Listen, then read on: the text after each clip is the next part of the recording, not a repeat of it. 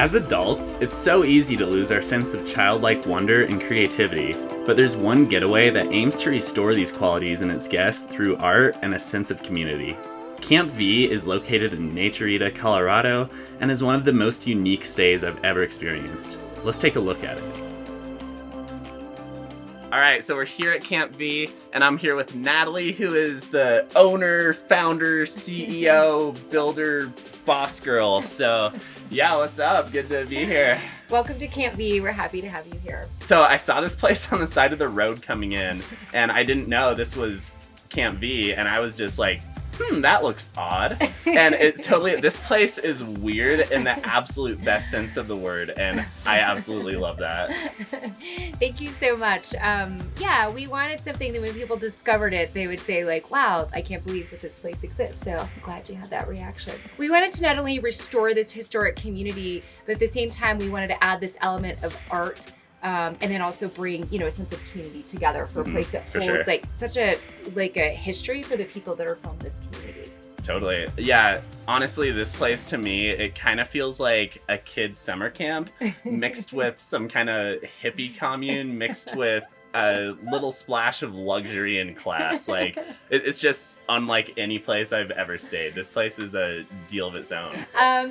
Yeah, we wanted something that really sort of appealed to a broad range of people, but at the same time really brought out that sort of inner child in us and has those elements of play and just, I don't know, like space to sort of not only like sort of roam, but also just to have like some solitude. And so I think it brings out different aspects. Yeah, absolutely. I mean, I feel like a little kid here just seeing all these, cool art things and just the little touches of weirdness all over the place. And it's just a fun place. Like, I just see this place, I'm like, this is a fun place to stay. So you said this is historic. So what's the story about Camp V? So this was originally built in 1942 to house the engineers who worked in the nearby uranium mill. So actually it was sort of lovingly referred to as Snob Hill because it was where all the, the bosses lived. So this was previously a mining community and this is where the workers stayed. And you took these like rustic broken down cabins and turned it into this. Yes. So what does Camp V mean? I saw that and is it like Camp 5? So we get that often too. So Camp V comes from the original name Vancorum. Vancorum is the initials of the Vanadium Corporation of America. Oh, gotcha. And then we decided to sort of honor that past, but give it a new name moving forward. And so that's where Camp V comes from. Sweet. So from what I've seen of this place so far, it looks so sweet and I can't wait to look around. So want to show me what this place has? Yeah, let's go explore. Let's go. So this is cabin number 15 and this is where you'll be staying for your time here. Nice, nice. How many cabins do you have here? So we have 14 cabins. 12 of them have been restored. This is actually one of my favorites. So the first thing I noticed when I come up to this house is the siding is that doors? You are correct. Those are old doors. So when we changed the floor plans on the existing cabins, we had an abundance of doors. And so my partner, Jody Wright, who is an amazing architect, came up with this concept of actually putting these old interior doors on the exterior of this cabin. Wow, that's sweet. So where'd you get these doors? So they all came from inside of the other cabins. And so when we took a one bedroom to making it an open concept studio, we had extra doors from taking down those walls. So basically you took all the doors from the other cabins and turned it into the siding for this cabin. Yes. So how many square feet is this cabin? It feels pretty tiny. It's approximately 500 square feet, but by opening up that floor plan, we were able to make it feel a little bit larger than what it is. It does. I mean, that's already like 5 times the size of my tiny home. So this is like a mansion to me. Great. Inside, you'll find that the cabins are extremely modern looking and minimalistic. The design is well thought out and it looks so good. The kitchen comes stocked with supplies for a meal of your choosing, and cooking was part of what made the experience here so much fun. Bone apple teeth. I honestly can't say I've used a record player once in my entire life. Is this the Beatles? Because honestly, that's what I imagined the Beatles would look like. I don't know, I'm not British. Let's play us some Beatles. There we go. That's some good Beatles right there. The bedroom was my personal favorite part of the cabin, and I loved how it fit into the open concept of the whole area. There were lots of subtle details about it which really worked together to make this place an entire vibe. The bathroom is similarly classy and is hooked up to the water tower and heater for a plentiful supply of clean, hot water. One thing I especially loved about the bathroom is this sliding barn door, which was reclaimed from the original property.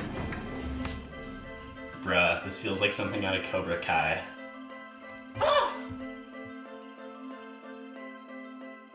So the first thing that caught my attention when I came here is obviously this giant windmill tent organ thing behind us. So what the heck is this?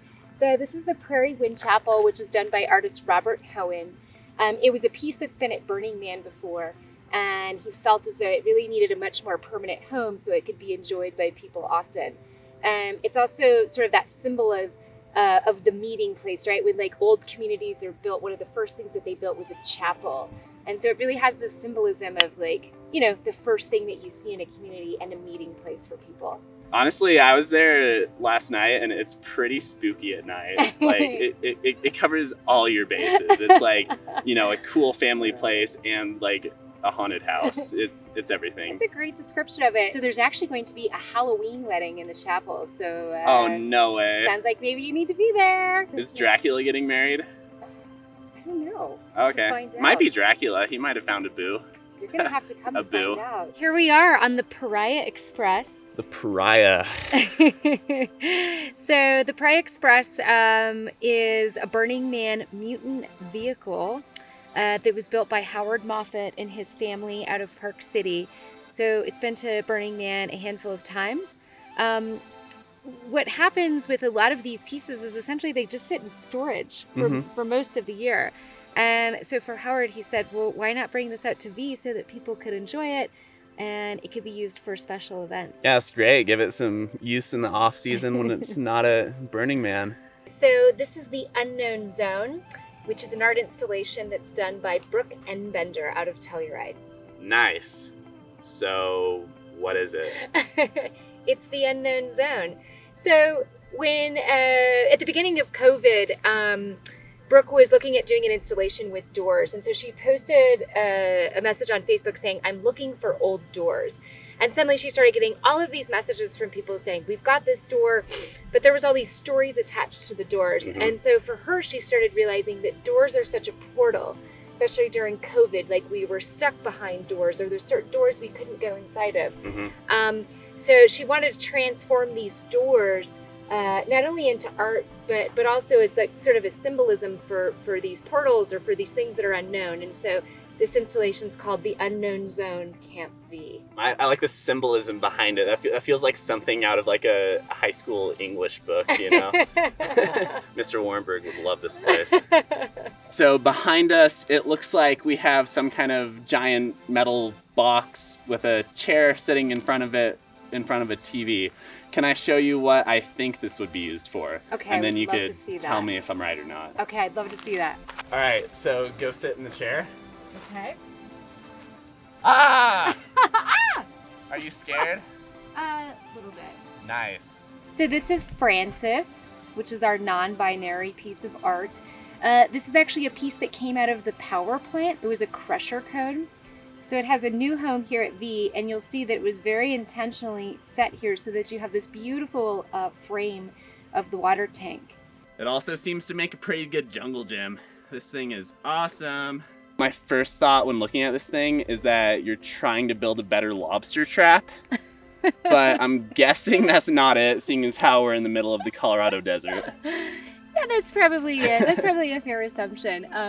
So this is actually a fire wheel. It's built by Anton Ward out of Telluride and the Deep Creek Mine. And so you can imagine at night there's burning wood in there and then it spins.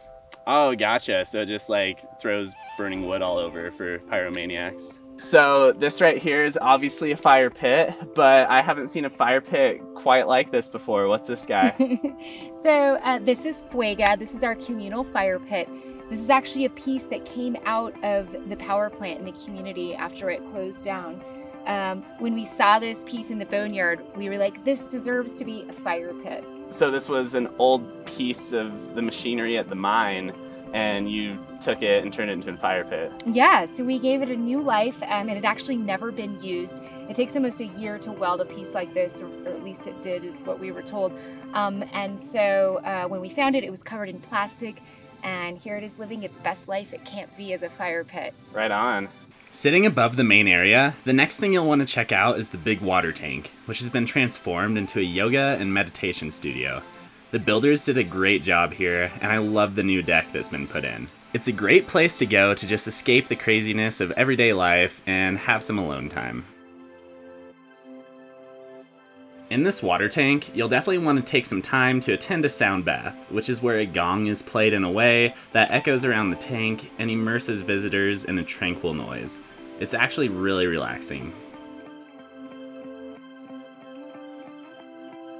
Next to the tank is the water tower, which supplies the entire camp with filtered water via a pump to the river. Next to it, you'll see these pieces, which are wind harps that create a beautiful sound on a windy day.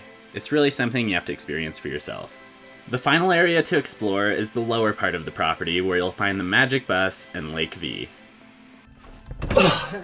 Alright, so what's the deal with the bus down by the pond? So this is the Magic Bus.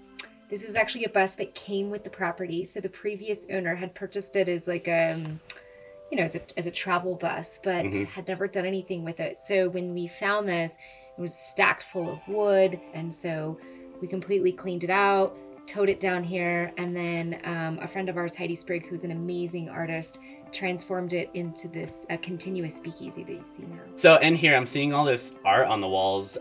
What do you do here? You draw, everyone who comes draws their own art? So, so everyone that's come has participated in the continuous line drawing, which means that you never pick up the pen. Oh, and nice. So what's nice is that now the community that's come here have essentially become the artists. Yeah, there's a bunch of interesting pieces around here. I love it. Guess I need to make one for myself now, right? I think so. Let's do it. All right, so I have to make a drawing, and I can't pick up the pen at all. This is gonna be something else. I'm gonna do a self-portrait, all right? I'm gonna try to draw myself.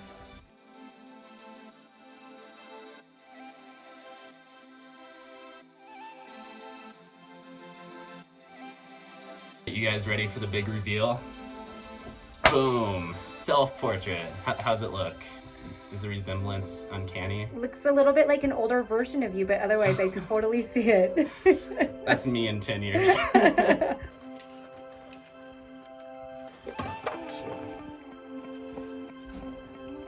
Next to the bus is Lake V, which is a beautiful pond that's perfect for swimming, fishing, paddleboarding, or goofing around on the platform. All right, gonna take a little dip in Lake V.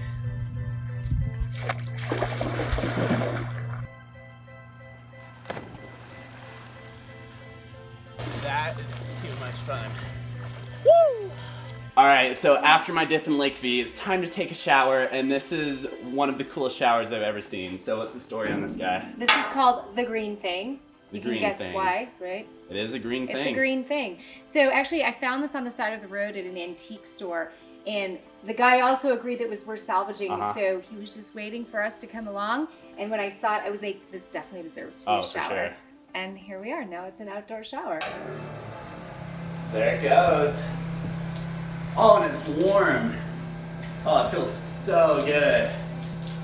I love it.